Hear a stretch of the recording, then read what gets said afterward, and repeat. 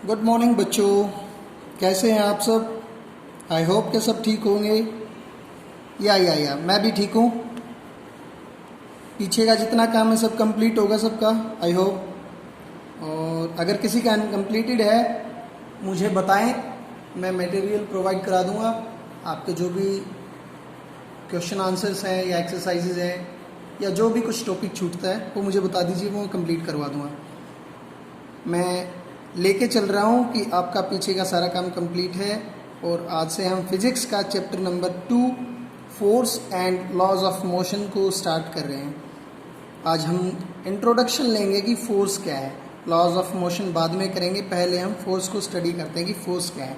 Okay, forces are used in our daily everyday action like pushing, pulling, lifting, stretching, twisting and pressing. हम कुछ भी काम कर रहे हैं, खींच रहे हैं, फेंक रहे हैं, उठा रहे हैं, घुमा रहे हैं, कुछ भी काम कर रहे हैं, उन सब के अंदर फोर्स की रिक्वायरमेंट होती है, ज़रूरत होती है। स्कूल में आते हो, साइकिल चला के पैडल मारते हो, वो भी फोर्स है। पैदल चल के आ रहे हो, वो भी फोर्स है। बस से आ रहे हो, बस फोर्स लगा रही है।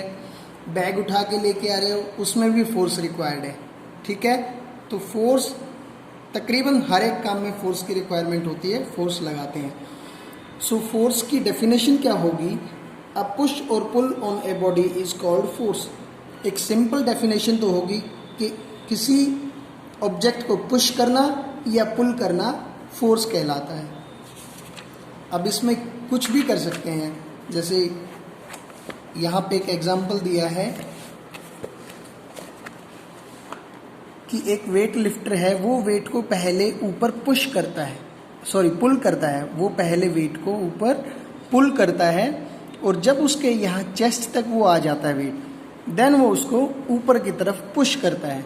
ठीक है, तो ये जो वेट लिफ्टर है ये इस वेट के ऊपर फोर्स लगा रहा है। पहले हाफ में इसने पुल किया, उसके बाद इसने पुश किया। ठीक है, हम स्टडी करेंगे इफेक्ट्स ऑफ फोर्स कि फोर्स के क्या क्या इफेक्ट होते हैं या हो सकते हैं। हम फोर्स को देख नहीं सकते, force can not be seen, a force just can be feel और can be judged only by the effects. या तो इसको फोर्स को फील किया जा सकता है या इसके इफेक्ट्स को जज किया जा सकता है। एक फोर्स क्या क्या कर सकता है ये स्टडी करते हैं। A force can move a stationary object. एक स्टेशनरी ऑब्जेक्ट है, एक रुकी हुई, एक स्थिर अवस्था में कोई चीज़ है, उसको ये मोशन दे सकता है, उसको चला सकता है। ठीक है, आप जैसे एक जगह पे खड़े हुए हैं और आपको पीछे से आपका फ्रेंड पुश करे, आपको धक्का दे, तो आप आगे की तरफ मूव करेंगे, तो आपको ये मूव करा सकता है। A force can stop a moving ball. कोई चीज़ चल रही है, मान लीजिए कोई गेंद चल रही है, आपने उसको पैर लगा के रोक दिया, तो फोर्स की हेल्प से आपने उस गेंद को या फुटबॉल को आपने रोक दिया। या आप साइकिल चला रहे हैं और साइकिल चलाते हुए आगे ब्रेकर आ गया है, तो आप उसके ब्रेक्स दबाते हैं, ब्रेक्स दबाने से फ्रिक्शन पैदा होता है और साइकिल रुक जाती है। तो ये भी एक फोर्स का अफेक्ट है जो मूविंग ऑब्जेक्ट को स्टेशनरी बना देता है या उसको स्टॉप कर देता है। तीसरा इफेक्ट क्या है? A force can change the speed of A moving body. Moving body की स्पीड को चेंज कर सकता है। चेंज का मतलब कैसे? आप साइकिल चला रहे हो, स्लोली साइकिल चला रहे हो, आप लेट हो गए हो, स्कूल में आना है, टाइम कम रह गया है, बेल बज गई है, आप पेडलिंग फास्ट कर रहे हो, आप ज़्यादा फोर्स लगा रहे हो, तो आपकी जो साइकिल की स्पीड है वो बढ़ गई है। या आपने स्पीड तेज़ थी, उसमें ब्रेक्स लगा दिए हैं, तो स्पीड कम भी हो जाएगी या साइकिल रुक भी जाएगी। तो फोर्स से स्पीड चेंज हो जाएगी, कम भी हो जाएगी या ज़्यादा भी हो जाएगी। A force can change the direction of A moving body. Force जो है एक मूविंग बॉडी की डायरेक्शन को भी चेंज कर सकता है। कैसे? एग्जाम्पल लीजिए कि क्रिकेट खेल रहे हैं, क्रिकेट में जब बॉल फेंकते हैं तो with the help of batsman उसकी डायरेक्शन को चेंज कर देता है।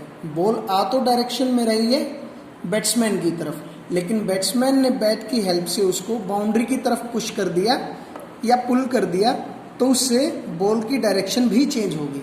और याद रखिए कि बॉल जैसे ही बैट से हिट होगी तो थोड़ी सी बैट की भी डायरेक्शन चेंज हो जाएगी। आपने टीवी में देखा होगा कि कई बार कैच हो जाता है, बॉल कैच हो जाता है बैट का आउटर साइड पे टक करके, और पीछे जो खड़ा है विकेट कीपर वो कैच कर लेता है।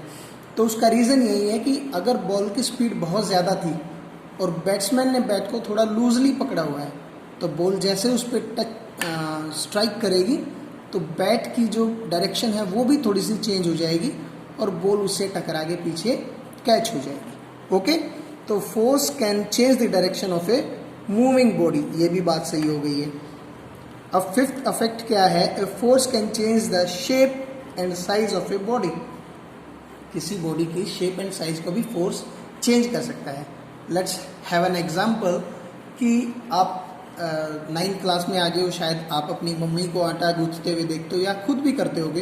तो आटा लगाते टाइम कई बार हम उसको लंबा फ्लैट कर देते हैं, फिर उठाते हैं, फिर ऐसे कर करके उसको फिर से छोटा कर देते हैं, या उसकी हिंदी में क्या बोलते हैं, लोइयाँ बोलते हैं, उनको बेलन की हेल्प से with the help of rolling pin हम उनको फ्लैट कर देते हैं। तो उससे भी शेप एंड साइज जो है बॉडी का वो चेंज हो जाता है with the help of force. तो फोर्स के ये इफेक्ट्स हैं, और आगे जितना दिया हुआ है ये सब एग्जाम्पल्स दे रखे हैं कि फोर्स के इफेक्ट्स कैसे कैसे हैं और कैसे कैसे होता है। अब एक एग्जाम्पल और है कि force can change the shape and size. उसमें स्प्रिंग का एग्जाम्पल दिया हुआ है कि मान लो हम किसी स्प्रिंग को यहाँ दोनों हाथों से पकड़ के इसको अगर ऐसे खींचें, अगर मैं स्प्रिंग को ऐसे पकड़ के ऐसे खींचूं तो ये ऐसे लंबा बढ़ जाएगा और इसका साइज़ हो सकता है चेंज हो जाए, ये थोड़ा सा साइज़ में बड़ा हो जाए, ये जो गैप्स यहाँ पे बिल्कुल नहीं है यहाँ पे बढ़ जाएगा, तो इसका शेप एंड साइज चेंज हो जाएगा। तो फोर्स जो है शेप एंड साइज को भी चेंज कर सकता है। अब हम टाइप स्टडी करेंगे, उससे पहले यहाँ पे डेफिनेशन दे रखी है, तो आप डेफिनेशन को भी एक बार यहाँ से नोट डाउन करेंगे, यहाँ से यहाँ तक का। A force is an influence which tends to set a stationary body in motion or stop a moving body, or which tends to change the speed and direction of a moving body, or which tends to change the shape and size of a body। इसका मतलब क्या है, a force is an influence, force जो है एक influence है, which tends to set a stationary, जो क्या कर सकता है, stationary body को motion में ला सकता है, और स्टॉप ए मूविंग बॉडी या मूविंग को स्टॉप में, which tends to change the speed and direction और change the shape and size of a body. So force is an influence, ये याद रखना है। इसके आगे तो हमने सिंपली बस स्टेशनरी बॉडी को मूव करा सकता है, मूविंग बॉडी को स्टॉप कर सकता है, यही है, ठीक है। Forces are of two types, balanced force and unbalanced force. हम इनके बारे में थोड़ा डीपली पढ़ते हैं, बैलेंस फोर्सेस क्या होते हैं। अब बैलेंस फोर्सेस का एग्जांपल अगर हम लें, बैलेंस फोर्सेस में मान लो हमारे पास एक बॉक्स है, एक हैवी बॉक्स रखा हुआ है, मान लो आप यहाँ से इसको पुश कर रहे हो, आप इसको धकेलना चाहते हो, यहाँ पे लगता है फोर्स ऑफ फ्रिक्शन, ठीक है, ज़मीन जो है इसको फोर्स ऑफ फ्रिक्शन प्रोवाइड करेगी। एक नीचे फोर्स लगता है फोर्स ऑफ ग्रेविटी, ठीक है, और इसको बैलेंस करने के लिए ऊपर एक फोर्स लगता है, फोर्स ऑफ रिएक्शन, जो कि आप आगे फर्दर क्लासेस में बहुत अच्छे से स्टडी करने वाले हो इन चीज़ों को, ठीक है। अगर ये चारों फोर्सेस, देखो ये दोनों फोर्सेस तो इक्वल होंगे ही होंगे, ये दोनों कैंसिल आउट हो जाएंगे, ये इसको कैंसिल कर देगा, ये दोनों इक्वल एंड अपोजिट हैं, ये कैंसिल हो जाएंगे। अब इन दो की बात करते हैं। अगर force of friction force of our push के इक्वल होगा तो ये बॉडी जो है बैलेंस्ड फोर्स में आ जाएगी, मतलब इसको हम पुश नहीं कर सकते, ये अपनी जगह से नहीं हिलेगी, ये स्टेशनरी ही रहेगी, ठीक है। तो बैलेंस्ड फोर्सेस की डेफिनेशन क्या हुई, if the resultant of all the forces, इन सारे फोर्सेस का acting on a body is zero, इन सब फोर्सेस का रिजल्ट अगर जीरो है, the forces are called balanced forces, तो हम उनको बैलेंस्ड फोर्सेस कहेंगे, ठीक है। इसके और भी एग्जाम्पल हैं कि जैसे कि खेल होता है, रस्सी खींच का खेल होता है, इन टग ऑफ वार और रॉप पुलिंग, जब दोनों टीम सेम फोर्स लगाती हैं, सेम एंड अपोजिट डायरेक्शन में फोर्स लगाती हैं, तो रोप जो है कहीं पे भी मूव नहीं करती है, स्टेशनरी हो जाती है।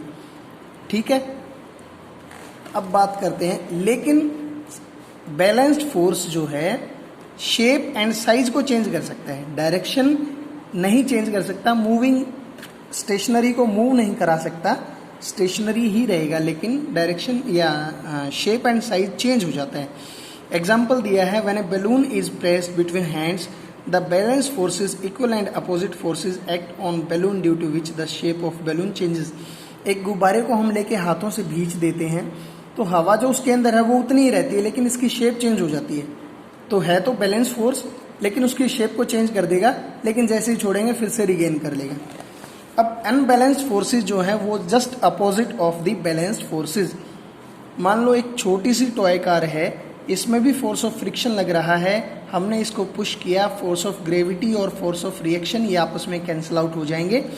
क्योंकि वेट कम है, फोर्स ऑफ फ्रिक्शन भी कम होगा और हम इसको आसानी से मूव करा सकते हैं। स्टेशनरी थी, हमने इसको मूव करा दिया, तो जो net resultant of all these forces है, this time it's not zero, it's not zero. So if the resultant of all the forces acting on a body is not zero, the forces are called unbalanced forces. ठीक है, जैसे कि ये example दिया हुआ है, रॉप pulling में अगर एक टीम कमजोर है या उन्होंने गलती से रस्सी को छोड़ दिया तो इनकी साइड जो फोर्स है वो एकदम से बढ़ जाएगी और ये गिर जाएंगे इस साइड के खिलाड़ी। या फिर एक ये एग्जांपल दिया है कि अगर कोई अनबैलेंस्ड फोर्स ना हो या कोई फ्रिक्शन फोर्स ना हो तो एक मूविंग साइकिल है वो हमेशा चलती ही रहेगी, अगर उसके ऊपर एयर रेजिस्टेंस या फोर्स ऑफ फ्रिक्शन ना होगा तो।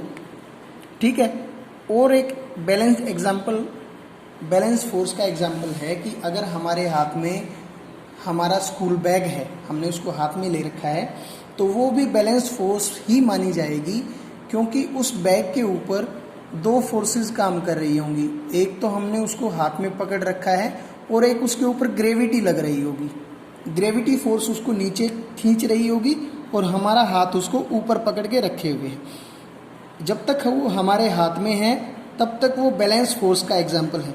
अगर हम उसे अपने हाथ से स्कूल बैग को छोड़ दें, छोड़ते ही फोर्स ऑफ ग्रेविटी उसको अपनी तरफ पुल करेगी और बैग नीचे ज़मीन में गिर जाएगा, then this will be an example of unbalanced forces. Unbalanced forces हो जाएंगी तो बैग स्टेशनरी से मूविंग फॉर्म में आ जाएगा। ओके, आज के लिए इतना ही, कल हम न्यूटन्स लॉ ऑफ मोशन पढ़ेंगे। Till then bye bye.